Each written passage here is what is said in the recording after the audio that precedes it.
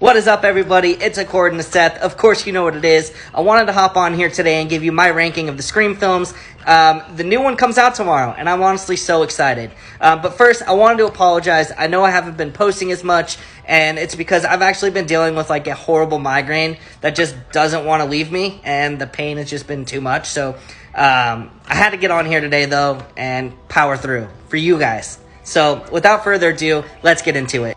At number 5, I have Scream 3. Out of all the other Scream films, I just didn't really enjoy this one that much. I will say I did really love the opening, and I love that we got Patrick Dempsey in it. And spoiler, if you haven't seen Scream 5, Sidney Prescott ends up marrying him, actually, which is a cool little tie-in. But overall, I just thought that like the killer and the motive and all that was just kind of like lackluster, and it kind of just felt like, you know, they were running out of ideas at this point. So that's why this is number 5. At number 4, we have Scream 5. Matt Bettinelli-Olpin and Tyler Gillett had their hands full because Wes Craven is an absolute legend, but I knew they were right for the job because if you've seen Ready or Not, you know what you're getting yourself into. It is one of my favorite horror comedies in a long time, and I thought they did this film justice. There was a lot of cool little throwbacks to the original films, and I love the new characters. Melissa Barea and freaking Jenna Ortega, Jasmine Savoy Brown, and a few others were all fantastic. There's one scene in this. It's actually when Dylan Minette's character, Wes, is in his house, and you're just expecting Ghostface to just pop out of every corner, and they keep playing on that little trope, and I loved every minute of that. This movie was a lot of fun,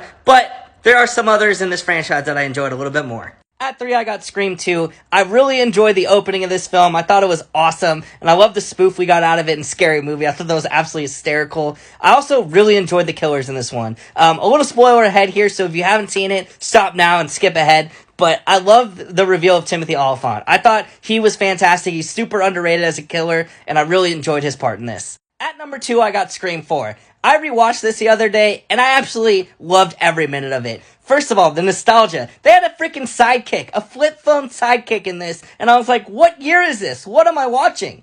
Also, the opening sequence of like the different stab films was awesome because you don't know which is the real like beginning to the movie, and I love that they did that. And can we please get a stab film like a spin-off with Kristen Bell and Anna Paquin? I love that. That was awesome.